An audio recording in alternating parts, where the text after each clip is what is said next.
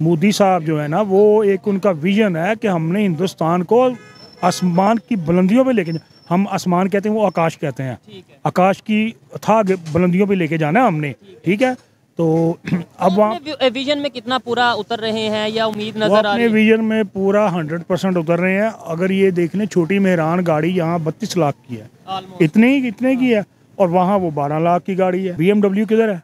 India में है। पाकिस्तान में आई थी, किसने पैसे मांगे थे किकबैक? हमारे मिनिस्टर ने। कि अल्लाह करे हमारी इंडिया से रिलेशन अच्छी हो जाए, हमारी दुआ है उनके साथ। हम लड़ाई नहीं चाहते। गंगा में सब नहा रहे हैं, हाथ धो रहे हैं। इसे बेहतर कौन करेगा? ये ऐसे तो नहीं, मतलब ये है कि इसको बेहतर सिर्फ ये कौम ही करेगी। कफन बांध ले सर पे, बाहर निकले। कहते हैं, तो मैंने कहा था कि जी इनकलाब ख़वातीन के बगैर मुमकिन नहीं हो सकता, ठीक है। तो यहाँ पे तो वुमेन एम्पावरमेंट, औरत इनकलाबी होती है तो वहाँ बागी ही जन्म लेते हैं। अगर हम बात करें अजमल कसाब की, वो तो हामिद मीर ने भी उनका इंटरव्यू किया, यानी उसके फादर का इंटरव्यू किया, और पता चला कि वो पाकिस्तान से है। उसके घर की निशानदेही किसने की थी? किसने? मियां नवाज ने बताया नहीं था कि जी ये फलां पाकिस्तान का बंदा फलां रहता है। मियां नवाज शरीफ ने खुद एक्सेप्ट किया है। हाँ, अजमल कसाब की बात की, उसको तो फांसी दे दी गई ना। लेकिन अब ये कुलभूषण यादव की आप बात कर रहे हैं, मुझे लगता है अगर मियां साहब PM बन गए ना, तो ये तो चला जाएगा पाकिस्तान से। नमस्कार दोस्तों, मेरा नाम अनुज धीमान और आप देख रहे हैं नेशन ब्रू। आज हम आपके लिए जो वीडियो लेके आए हैं रियल एंटरटेनमेंट टीवी का है। इसमें भारत के अंदर जो कारें बनाई जाती हैं कम पैसे में, उसको लेकर बात की गई है। इसके अलावा पाकिस्तान के परमाणु बम को लेकर बात की गई है। तो पहले हम लोग वीडियो देखते हैं, फिर हम बात करेंगे इस वीडियो के अंदर जो बातें की गई हैं उसके बारे में। बात यह कि 1 अरब 42 करोड़ आबादी है चाइना की। पता है उसके कुल वजीर कितने हैं? 13। इंडिया की 1 अरब 22 करोड़ है, उसके वजीर 40 करोड़ ऑलमोस्ट अब हो चुकी है। चाइना अब हो चुकी है ना। तो इंडिया की 1 अरब 30-32 करोड़ है, और उसके वजीर कितने हैं? 31। ठीक। उसके बाद आ जाए पाकिस्तान में।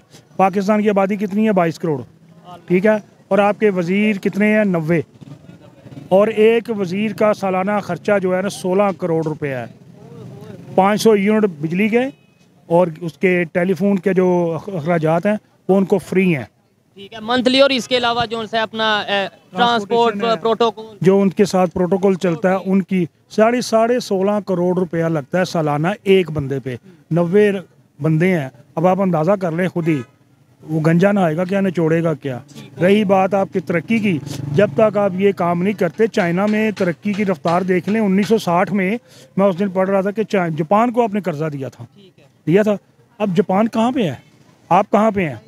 मोदी साहब जो है ना, वो एक उनका विजन है कि हमने हिंदुस्तान को आसमान की बुलंदियों पे लेके हम आसमान कहते हैं, वो आकाश कहते हैं।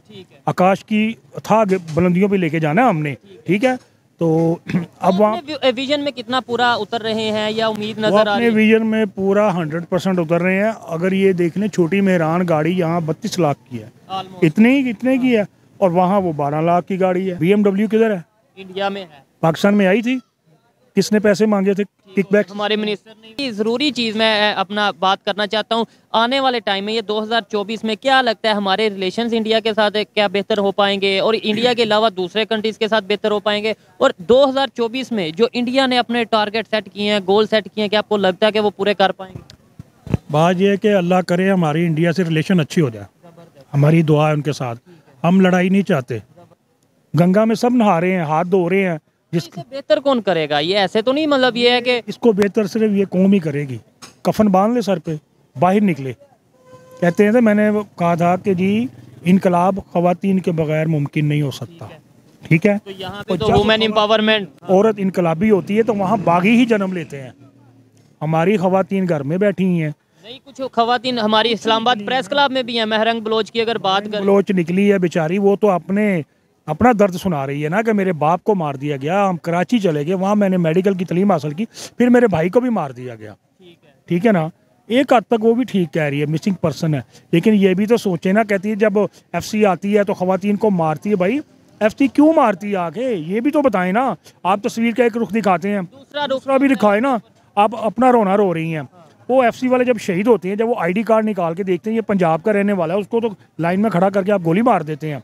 तो उसकी जब डेड बॉडी का घर आती है, पंजाब का एक जो थोड़ी सी नफरत या थोड़ी सी गुस्सा पाया जाता है, थोड़ा नहीं काफ़ी बलोचिस्तान के लोगों में पंजाबियों को लेकर, उसकी रीज़न ये है ना कि वो कहते हैं हमारी गैस, हमारा कोयला, हमारी बहुत सी ऐसी चीज़ें हैं जो पंजाब के लोग यूज़ कर रहे हैं, इस्लामाबाद में यूज़ की जा रही हैं, तो फिर वो थोड़ा सा उनका भी तो बनता है। आपको क्या लगता है कि बलोचिस्तान को उसका राइट मिल रहा है, या पंजाब की अगर बात करें, पंजाब में बलोचिस्तान की तरफ से बहुत सी ऐसी चीज़ें नहीं आ रही जो उन्हें नहीं मिल रही? बलूचिस्तान को उसका जो राइट मिलना चाहिए था ना, हक, वो पाकिस्तान बनने के बाद अभी तक नहीं मिला।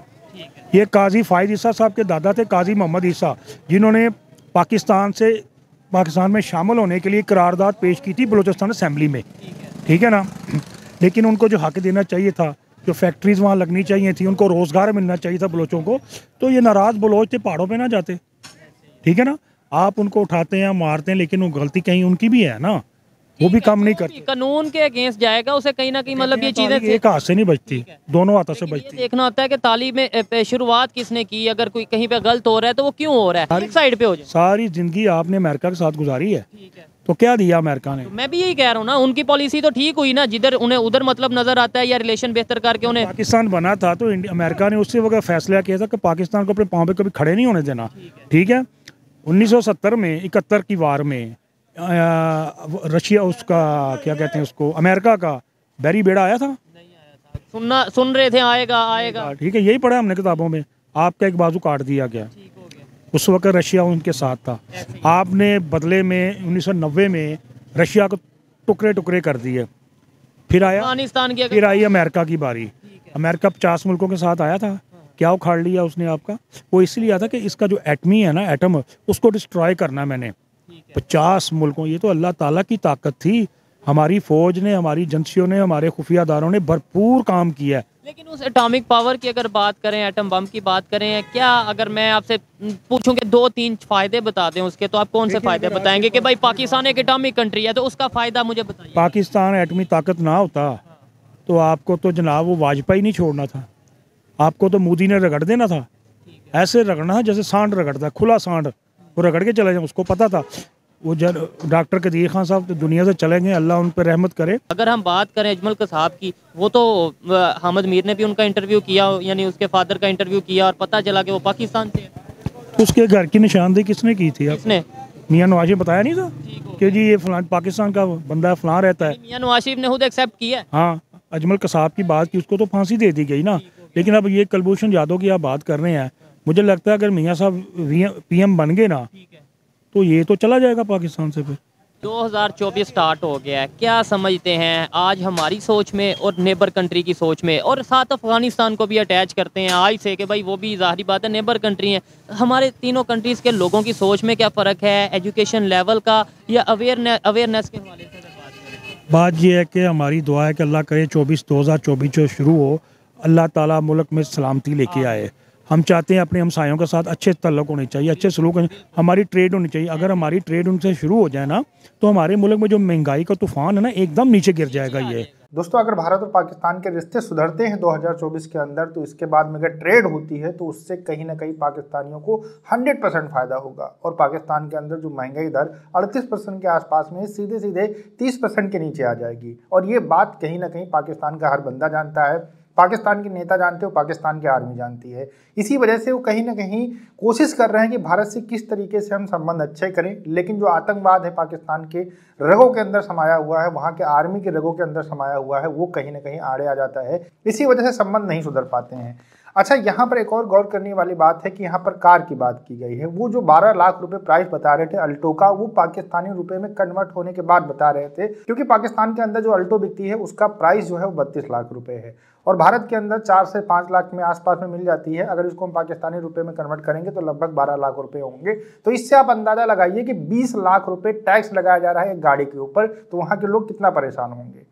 और यहाँ पर जो बात की जा रही थी कि परमाणु बम हमारे पास है, इसी वजह से पाकिस्तान बचा हुआ है, नहीं तो दुनिया खत्म कर देती, भारत हमको खत्म कर देता। भैया, हमारे देश के अगल बगल बहुत सारे ऐसे कंट्री रहते हैं जिसमें परमाणु बम नहीं है, तो हमने उनको तो खत्म नहीं कर दिया है। और जो आपकी ये सेना चूरन आपको बेचती है कि सिर्फ परमाणु बम की वजह से पाकिस्तान बना हुआ है, ये बिल्कुल गलत है। इसका कोई लॉजिक नहीं है। आज कोई देश लड़ना नहीं चाहता है। अगर आप भारत के अंदर आतंकवाद ना फैलाएं, कश्मीर के ऊपर चिल्लाएं ना, कश्मीर के ऊपर झूठी अफवाहें ना फैलाएं, तो कोई आपसे क्यों लड़ना चाहेगा। आप जितना रोना हमारे कश्मीर के लिए रोते हो, अगर आप उतना ही रोना, उतना ही जो है फोकस आप बलूचिस्तान के ऊपर कर लो, तो आपकी जो महिलाएं हैं बलूचिस्तान की, वो रोड के ऊपर ना आए और यहाँ पर लाहौर के अंदर आकर वो डेरा ना डालें कि उनके जो लोग मिसिंग हो गए हैं उनके बारे में कहाँ से पता चलेगा। सोचने वाली बातें हैं। लेकिन पाकिस्तान के लोग ना इन सारी चीज़ों पर बात करना पसंद करते हैं। वो भारत के मुसलमानों के ऊपर, कश्मीर के ऊपर बात करना पसंद करते हैं और इसी वजह से कहीं ना कहीं भारत से संबंध इनके बिगड़े हुए हैं, पूरी दुनिया से संबंध इनके कहीं ना कहीं बिगड़े हुए हैं। वीडियो कैसा लगा हमें कमेंट सेक्शन में जरूर बताइएगा। मिलते हैं नए वीडियो के साथ। नमस्कार, धन्यवाद, जय हिंद, जय भारत।